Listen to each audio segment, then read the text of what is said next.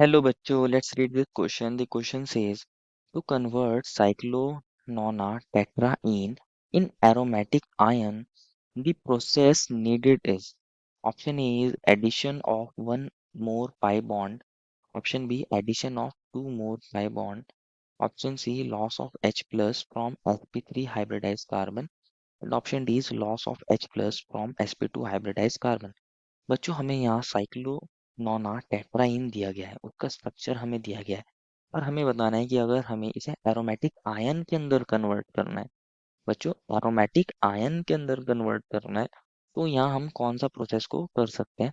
तो first of all बच्चों बात करते हैं इस क्वेश्चन में हमारे की कंसेप्ट की।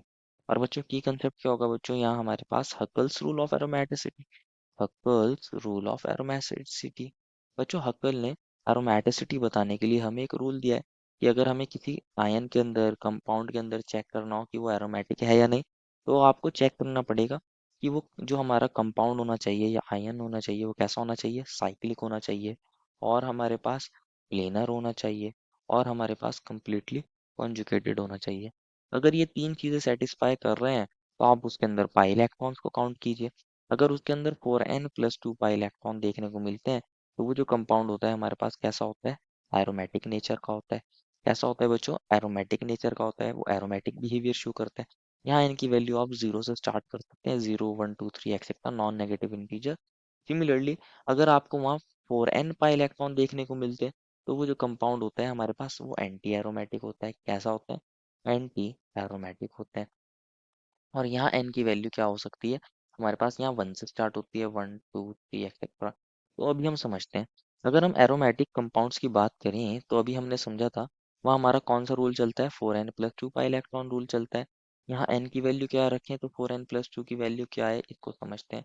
अगर आप n की वैल्यू को जीरो रखोगे तो 4 × 0 + 2 दैट इज 2 पाई इलेक्ट्रॉन हो सकते हैं। 1 रखेंगे तो 4 × 1 + 2 दैट इज 6 पाई इलेक्ट्रॉन हो सकते हैं। 2 रखेंगे तो 10 पाई इलेक्ट्रॉन हो सकता है। इस तरह हम अलग अलग वैल्यूज ऑब्टेन कर सकते हैं।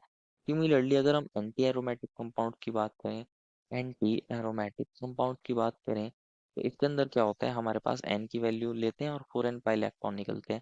तो यहाँ आप एन की वैल्यू को 1 रखते हैं तो यहाँ आते हैं हमारे पास 4 पाई इलेक्ट्रॉन। 2 रखोगे तो आएंगे कितने बच्चों, 8 पाई इलेक्ट्रॉन। 3 रखोगे तो 12 पाई इलेक्ट्रॉन। यहाँ आते हैं बच्चों हमारे पास 4 के मल्टीपल इलेक्ट्रॉन्स होंगे तो वहाँ हमारा 4n का इलेक्ट्रॉन रूल लग रहा होगा। तो अब हम बात करते हैं हमारे गिवन कंपाउंड की। हमें मिला है बच्चों साइक्लोनोना टेट्राइन जिसका स्ट्रक्चर हमें कुछ इस तरीके से गिवन था। यहाँ हमारे पास क्या था बच्चों, double single double single double single double bond. अगर आप देखोगे बच्चों यहाँ हमारे पास क्या है, कॉन्जुगेशन है।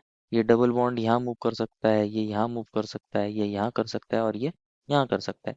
तो हमारे इस कार्बन से लेके अगर मैं इस कार्बन को 1 दे दूं नंबर, इसको 2, ये 3, ये वाला 4, ये 5, ये 6, ये 7, ये 8, 8 कार्बन्स तक हमें कॉन्जुगेशन देखने को मिल रहा है। 8 कार्बन्स तक हमें कॉन्जुगेशन देखने को मिल रहा है। और यहाँ हमारे पास कौन सा चार्ज आएगा, पॉजिटिव। हमारे पास यहाँ डबल बॉन्ड, ये डबल बॉन्ड, ये डबल बॉन्ड और यहाँ आएगा नेगेटिव चार्ज। हमारे पास 8 कार्बन तक कॉन्जुगेशन देखने को मिल रहा है। लेकिन ये जो 9th कार्बन है, ये जो कार्बन है बच्चों ये sp3 हाइब्रिडाइज है। यहाँ कोई डबल बॉन्ड नहीं है, ये sp3 हाइब्रिडाइज है। इसके पास दो तो ये कार्बन से अटैच है और दो ये हाइड्रोजन से अटैच होगा। एक हाइड्रोजन ये रहा, एक हाइड्रोजन ये रहा। ये sp3 हाइब्रिडाइज है। इस कार्बन को हमने नंबर दिया है 9। यहाँ के हमारा कॉन्जुगेशन क्या हो गया है, ब्रेक हो गया है। यहाँ कॉन्जुगेशन क्या हो गया है, ब्रेक हो गया है। अगर हम यहाँ किसी तरह यहाँ पर भी कॉन्जुगेशन कर दें तो ये जो कंपाउंड है हमारा उसके अंदर कंप्लीट कॉन्जुगेशन देखने को मिल जाएगा। क्या देखने को मिल जाएगा, कंप्लीट कॉन्जुगेशन। कंप्लीट कॉन्जुगेशन देखने को मिल जाएगा तो हमने जो हक्कल के रूल में पढ़ा था कि हमारे पास कैसा सिस्टम होना चाहिए, कंप्लीटली कॉन्जुगेटेड होना चाहिए। तो हमारे पास हक्कल की ये वाली कंडीशन सेटिस्फाई हो जाएगी। साइक्लिक तो है ही है, प्लेनर भी हो जाएगा अगर कंप्लीट कॉन्जुगेशन होगा, सारे कार्बन sp2 हाइब्रिडाइज होंगे तो हमारे पास ये वाली कंडीशन सेटिस्फाई हो जाएगी। अब हम क्या कर सकते हैं, अगर ये जो sp3 हाइब्रिडाइज कार्बन है ये अपने, जैसे ऑप्शन सी में बोला गया है कि अगर ये अपने H+ को लूज कर दे, ऑप्शन डी में बोला गया है ये अपने H+ को लूज करे sp2 हाइब्रिडाइज कार्बन से, ऑप्शन सी में बोला है sp3 हाइब्रिडाइज कार्बन से। sp3 हाइब्रिडाइज कार्बन तो यही है। हम मान लेते हैं इसने इस पे से अपने एक H+ को लूज कर दिया। हम मान लेते हैं इसने अपने एक H+ को लूज कर दिया, जैसे ऑप्शन सी में बोला है sp3 हाइब्रिडाइज कार्बन से लूज करा है। तो हम इसको ऐसे दिखा सकते हैं, ये हमारा इस H था और ये हमारे double double double double bond पे अगर ये अपने एक H प्लस को लूज करते हैं, माइनस H प्लस, तो ये किसके अंदर कन्वर्ट हो जाएगा बच्चों? ये इसके अंदर कन्वर्ट हो जाएगा। यहाँ आएगा नेगेटिव चार्ज, ये डबल ये डबल ये डबल ये डबल। अब ध्यान से समझना है बच्चों। अब यहाँ क्या हो गया, हमारे पास नेगेटिव चार्ज आ गया है। नेगेटिव चार्ज का मतलब क्या है? दो इलेक्ट्रॉन है। नेगेटिव चार्ज का मतलब दो इलेक्ट्रॉन ही तो होता है। एक इलेक्ट्रॉन अपना, एक इलेक्ट्रॉन गेन करा है। एक H प्लस चला गया तो उसने अपना इलेक्ट्रॉन दे दिया ना। दो इलेक्ट्रॉन रह गया, एक कार्बन का था, तो दो इलेक्ट्रॉन होते हैं बच्चों यहाँ। अब ये जो दो इलेक्ट्रॉन है, अगर आप इस दो इलेक्ट्रॉन्स को देखोगे तो ये हमारे पास कॉन्जुगेशन में है। क्या है बच्चों? कॉन्जुगेशन में है हमारे किसके साथ? पाई बॉन्ड सिस्टम के साथ। ये इधर मूव कर सकते हैं, ये पाई बॉन्ड इधर मूव कर सकता है, ये इधर मूव कर सकता है, ये इधर मूव कर सकता है, और बच्चों ये हमारे पास इधर मूव कर सकता है। तो इस तरह यहाँ क्या हो सकता है, एक और इसका रेजोनेटिंग स्ट्रक्चर बन सकता है कुछ इस तरीके से। यहाँ हमारे पास कुछ इस तरीके से देखने को मिलेगा। ये double single double single double single double single, और यहाँ आ जाएगा नेगेटिव चार्ज। तो कंप्लीट कॉन्जुगेशन देखने को मिल रहा है। क्या देखने को मिल रहा है? Complete conjugation. कंप्लीट कॉन्जुगेशन देखने को मिल रहा है, क्योंकि ये जो नेगेटिव चार्ज है ये डीलोकलाइज है, यहाँ कॉन्जुगेशन में पार्टिसिपेट कर रहा है। तो ये वाला कार्बन अब कैसा हो जाएगा? sp2 hybridise. कैसा हो जाएगा ये कार्बन? sp2 हाइब्रिडाइज हो जाता है। जब हमारे पास नेगेटिव चार्ज कॉन्जुगेशन करते हैं तो वहाँ हमारा कार्बन sp2 हाइब्रिडाइज होता है, और बाकी कार्बन तो sp2 हाइब्रिडाइज थे ही। तो ये जो सिस्टम होता है कंप्लीटली प्लेनर हो जाता है। साइक्लिक भी है, कंप्लीट कॉन्जुगेशन भी है। अब पाई इलेक्ट्रॉन्स को काउंट कीजिए। यहाँ टोटल पाई बॉन्ड कितने हैं हमारे पास? फोर तो पाई बॉन्ड है, और हमारे पास एक नेगेटिव चार्ज है। एक नेगेटिव चार्ज है जिसमें दो इलेक्ट्रॉन होते हैं। तो टोटल बच्चों फोर पाई बॉन्ड के अंदर एट पाई इलेक्ट्रॉन प्लस एक नेगेटिव चार्ज के अंदर दो पाई इलेक्ट्रॉन, टोटल होते हैं यहाँ 10 पाई इलेक्ट्रॉन। और 10 पाई इलेक्ट्रॉन है तो हमारे पास बच्चों ये हक्कल्स रूल को फॉलो कर रहा होगा, 4n+2 रूल को। यहाँ आप n की वैल्यू को 2 रख दीजिए तो 10 पाई इलेक्ट्रॉन आ जाएंगे। दैट मीन्स ये जो हमारा एनायन बना है ये एरोमेटिक हो गया। कैसा हो गया? एरोमेटिक हो गया। अगर इसने sp3 हाइब्रिडाइज कार्बन से क्या लूज करा है? H प्लस को। sp3 हाइब्रिडाइज आया। लेकिन अगर हम वही बात करें हमारी डी स्टेटमेंट की, जिसमें बोला है कि sp2 हाइब्रिडाइज कार्बन से आप H प्लस को लूज करवाइए। हम देखते हैं बच्चों, ये डबल है, ये डबल था, ये डबल था, ये डबल था, और ये मान लीजिए हमारे पास sp2 हाइब्रिडाइज कार्बन है। sp2 हाइब्रिडाइज कार्बन, यहाँ एक हाइड्रोजन भी रहा होगा। अगर ये हाइड्रोजन किसी तरह चला जाए, इस हाइड्रोजन को हम किसी तरह निकाल दें, तो हम लिख सकते हैं -H+। तो ये H अपने दोनों इलेक्ट्रॉन देकर जाएगा, दोनों इलेक्ट्रॉन देकर जाएगा। क्या हमें देखने को मिलेगा कि हमारे पास जो ये नेगेटिव चार्ज आएगा वो sp2 हाइब्रिडाइज कार्बन पर आएगा। ये इस तरह था, और ये कुछ इस तरीके से था।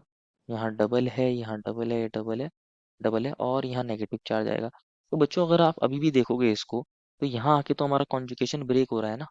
यहाँ आके कॉन्जुगेशन ब्रेक हो रहा है। कॉन्जुगेशन ब्रेक, कंप्लीट कॉन्जुगेशन देखने को नहीं मिल रहा। कॉन्जुगेशन यहाँ के ब्रेक हो रहा है, तो यहाँ ये कंपाउंड एरोमेटिक नहीं होता। कैसा होता है? Non aromatic. कंप्लीट कॉन्जुगेशन होना तो एक कंडीशन थी हमारे पास, पाई इलेक्ट्रॉन्स के साथ कंप्लीट इलेक्ट्रॉन होना, कंप्लीट कॉन्जुगेशन होना, हमारे पास कंप्लीटली प्लेनर होना, साइक्लिक होना, ये सब कंडीशन होती हैं। अगर इनमें से एक भी ब्रेक हो गई तो हमारा नॉन एरोमेटिक कंपाउंड हो जाएगा। ये नॉन एरोमेटिक होता है। ऑप्शन ए में बोला गया है कि एक पाई बॉन्ड को ऐड कर दीजिए, और ऑप्शन बी के अंदर बोला है कि दो पाई बॉन्ड को ऐड कर दीजिए। तो बच्चों अभी हम समझते हैं हमारे कंपाउंड को। अभी हमने देखा था हमारा ये वाला कंपाउंड हमें दिया था, ये double single double single double single double, ये कंपाउंड है। अभी हमें ये नहीं बताया कि हमें एक पाई बॉन्ड कहाँ ऐड करना है। तो दो हमारे पास पॉसिबिलिटीज होती हैं। ये सारे के सारे कार्बन अगर हम 1 2 3 4 5 6 7 8 देखेंगे बच्चों, सारे कार्बन हमारे कैसे हैं? ये डबल बॉन्डेड कार्बन है। आप इनमें से कहीं पर भी एक डबल बॉन्ड को ऐड कर दीजिए। मान लीजिए मैं डबल बॉन्ड को यहाँ ऐड कर देता हूँ। कहाँ ऐड कर देता हूँ? यहाँ कुछ इस तरीके से ऐड कर देता हूँ। एक डबल बॉन्ड ये, एक डबल बॉन्ड ये, और एक डबल बॉन्ड ये, और ये तो था ही। तो अब क्या हो रहा है बच्चों? अभी भी यहाँ कॉन्जुगेशन ब्रेक हो रहा है। कॉन्जुगेशन यहाँ पर अभी भी ब्रेक है। कॉन्जुगेशन ब्रेक है तो एरोमेटिक ये कंपाउंड नहीं होगा। क्या होगा? एरोमेटिक नहीं होगा, नॉन एरोमेटिक ही रहेगा। नॉन एरोमेटिक रहेगा, नॉन एरोमेटिक रहेगा। या फिर हो सकता था आप और किसी जगह पर भी अगर इस डबल बॉन्ड को रखने की कोशिश करते हैं, आप और कहीं पर भी डबल बॉन्ड को लेकर आते हैं। मान लीजिए मैं डबल बॉन्ड यहाँ ले आऊँ, यहाँ डबल बॉन्ड ले आऊँ, और यहाँ तो डबल बॉन्ड थे ही बच्चों पहले से। तो अब क्या हो रहा है बच्चों? अगर आप देखोगे तो यहाँ हमारे पास कॉन्जुगेशन ब्रेक कर रहा है। हमारे पास यहाँ ये डबल है, ये सिंगल है, ये डबल है, यहाँ सिंगल आना चाहिए था, लेकिन यहाँ डबल बॉन्ड आ गया है। तो अगेन यहाँ कॉन्जुगेशन नहीं हो रहा होगा, यहाँ कॉन्जुगेशन नहीं हो रहा होगा, यहाँ पे कॉन्जुगेशन ब्रेक हो रहा होगा। तो अगेन ये कंपाउंड कैसा होता है? नॉन एरोमेटिक होता है। कौन सा होता है? नॉन एरोमेटिक होता है। तो चाहे आप एक पाई बॉन्ड कहीं पर भी ऐड करिए, या फिर आप दो पाई बॉन्ड भी ऐड कर सकते हैं। अगर आप दो पाई बॉन्ड को भी मान लीजिए आप ऐड कर रहे हैं, तो अगेन मान लीजिए ये डबल था, ये डबल था, ये डबल, ये डबल, आपने एक पाई बॉन्ड यहाँ ऐड कर दिया है, और एक पाई बॉन्ड यहाँ पर मान लीजिए आपने ऐड कर दिया है, तब भी हमारे पास ये यहाँ कॉन्जुगेशन ब्रेक हो जाएगा, या और किसी पोजीशन पर भी आप ऐड करोगे तब भी हमारे पास कंप्लीट कॉन्जुगेशन देखने को नहीं मिलेगा, कॉन्जुगेशन हमारा ब्रेक हो जाएगा। तो जो हमारा कंपाउंड होगा वो नॉन एरोमेटिक हो जाएगा। कैसा हो जाएगा? नॉन एरोमेटिक हो जाएगा। तो एक ही चीज है जिससे हम क्या कर सकते हैं, हमारे कंपाउंड को एरोमेटिक आयन के अंदर कन्वर्ट कर सकते हैं। बच्चों हमसे क्वेश्चन में आयन भी बोला था, अगर हम ए और बी की बात करें, ये तो सिर्फ कंपाउंड है, आयन तो जनरेट नहीं हुआ।